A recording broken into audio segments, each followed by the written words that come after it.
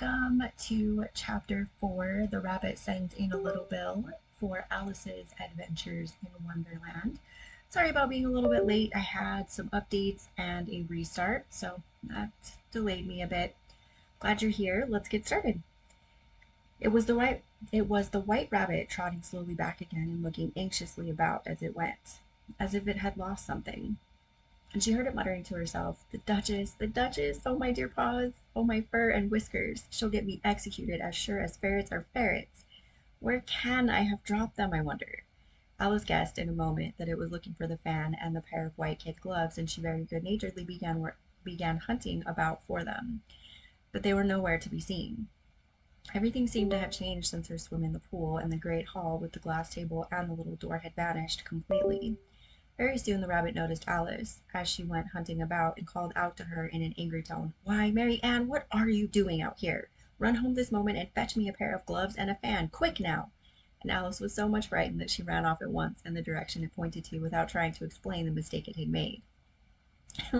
"He took me for his housemaid," she said to herself as she ran. "How surprised he'll be when he finds out who I am. But I better take him his fan and his gloves. That is, if I can find them." As she said this, she came upon a neat little house, on the door of which was a bright brass plate with the name W. Rabbit engraved upon it. She went in without knocking, and hurried upstairs, in great fear lest she should meet the real Mary Ann and be turned out of the house before she had found the fan and gloves. "How queer it seems," Alice said to herself, "to be going messages for a rabbit. I suppose Dinah'll be sending me on messages next." And she began fancying the sort of thing that would happen. "Miss Alice, come here directly and get ready for your walk." "Coming in a minute, nurse, but I've got to see that the mouse doesn't get out. Only I don't think," Alice went on, "that they'd let Dinah stop in the house if it began ordering people about like that." By this time she had found her way into a tidy little room with the table and the window, and on it, as she had hoped, a fan and 2 or 3 pairs of tiny white kid gloves. She took up the fan and a pair of the gloves, and was just about to leave the room when her eyes fell upon a little bottle that stood near the looking-glass.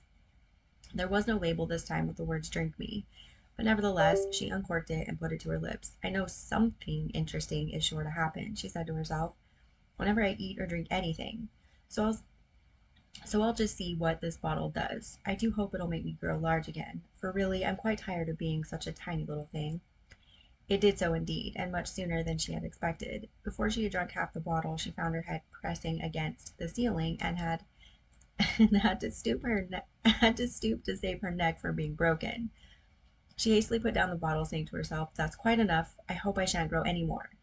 As it is, I can't get out of the house. I can't get out at the door. I do wish I hadn't drunk quite so much." Alas, it was too late to wish that. She went on growing, and very soon had to kneel down on the floor. In another minute there was not even room for this, and she tried the effect of lying down with one elbow against the door and the other arm curling round her head. Still she went on growing, and, as a last resort, she put one arm out of the window and one foot up the chimney, and said to herself, "Now I can do no more. Whatever happens, what will become of me?" Luckily for Alice, the little magic bottle had now had its full effect, and she grew no larger. Still it was very uncomfortable, and there still seemed to be no sort of chance of her ever getting out of the room again. No wonder she felt unhappy. It was much pleasanter at home, thought poor Alice, when one wasn't always growing larger and smaller, and being ordered about by mice and rabbits.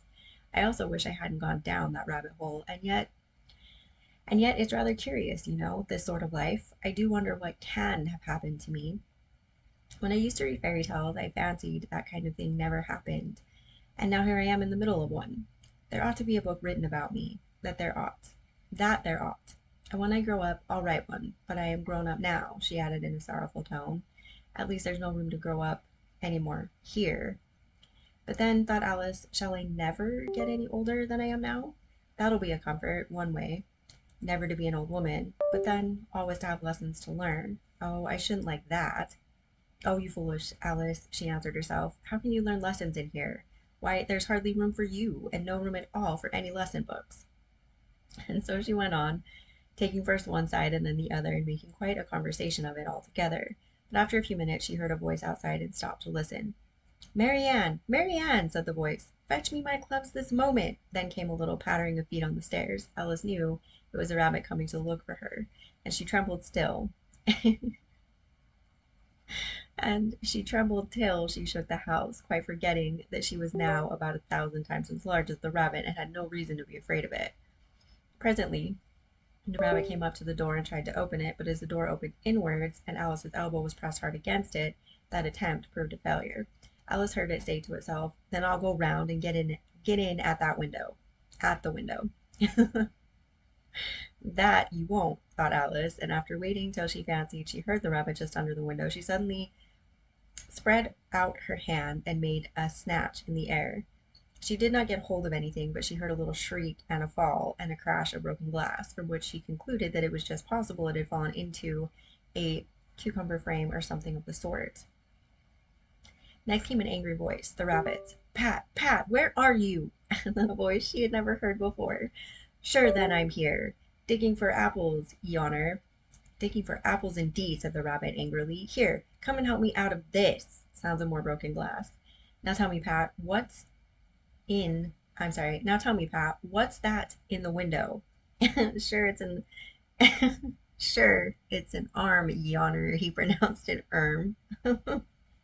An arm, you goose? Who ever saw one that size? Why, it fills the whole window.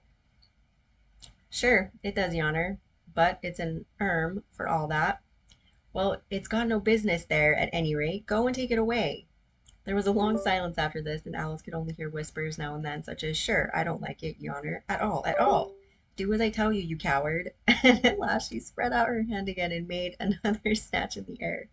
This time there were two little shrieks and more sounds of broken glass. "What a number of cucumber frames there must be," thought Alice. "I wonder what they'll do next. As for pulling me out of the window, I only wish they could. I'm sure I don't want to stay in here any longer." She waited for some time without hearing anything more. At last came a rumbling of little cartwheels and the sound of a good many voices all talking together. She made out the words, "Where's the other ladder? Why, I hadn't to bring but one. Bill's got the other. Bill, fetch it here, lad. Here, put 'em up at this corner. No, tie 'em together first. They don't reach half high enough yet. Oh, they'll do well enough. Don't be particular here. Bill, catch hold of this rope. Will the roof bear? Mind that loose slat. Oh, it's coming down. Heads below!" A loud crash. "Now who did that?" "It was Bill, I fancy. Who's to go down the chimney?" "Nay, nay, I shan't. You do it." "That I won't then." "Bill's to go down. Here, Bill, the master says you're to go down the chimney." "Oh, so Bill's got to come down the chimney, has he?" said Alice to herself. "Shy, they seem to put everything upon Bill. I wouldn't be in Bill's place for a good deal. This fireplace is narrow, to be sure, but I think I can kick a little." She drew her foot down as far down the chimney as she could, and waited till she heard a little animal, she couldn't guess of what sort it was, scratching and scrambling about in the chimney close above her. Then, saying to herself, "This is Bill," she gave one sharp kick and waited to see what would happen next. The first thing she heard was a general chorus of "There goes Bill," and then the rabbit's voice, a long "Catch him, you by the hedge," then silence, and then another confusion of voices. "Hold up his head. Brandy now. Don't choke him. How was it, old fellow? What happened to you? Tell us all about it." At last came a little feeble squeaking voice. "That's Bill," thought Alice. "Well, I hardly know. No more, thank ye. I'm better now. But I'm a deal too flustered to tell you. All I know is something comes at me like a jack-in-the-box, and up I goes like a skyrocket." "So you did, old fellow," said the others. "We must burn the house down," said the rabbit's voice, and Alice called out as loud as she could, "If you do, I'll set Dinah at you." There was a dead silence instantly, and Alice thought to herself, "I wonder what they will do next.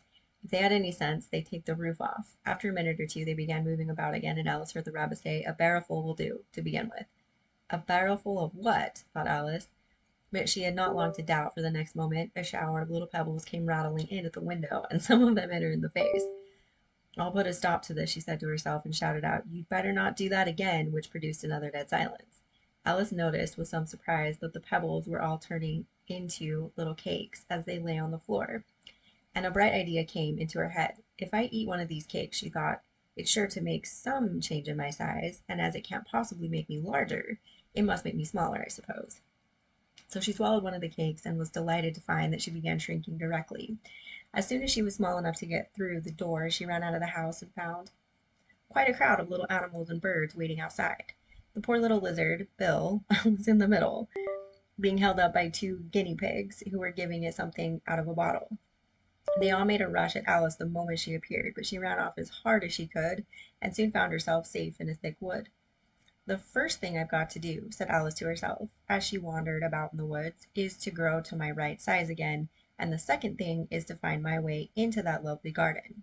I think that will be the best plan." It sounded an excellent plan, no doubt, and very neatly and simply arranged. The only difficulty was that she had not the smallest idea how to set about it. And while she was peering about anxiously among the trees, a little sharp bark just over her head made her look up in a great hurry. An enormous puppy was looking down at her with large round eyes and feebly stretching out one paw trying to touch her. "Poor little thing," said Alice in a coaxing tone, and she tried hard to whistle to it, but she was terribly frightened all the time at the thought that it might be hungry, in which case it would be very likely to eat her up in spite of all her coaxing.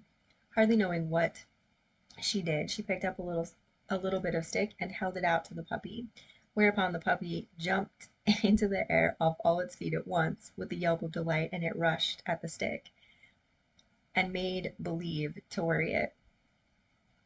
Then Alice dodged behind a great thistle to keep herself from being run over, and the moment she appeared on the other side, the puppy made another rush at the stick and tumbled head over heels in its hurry to get hold of it.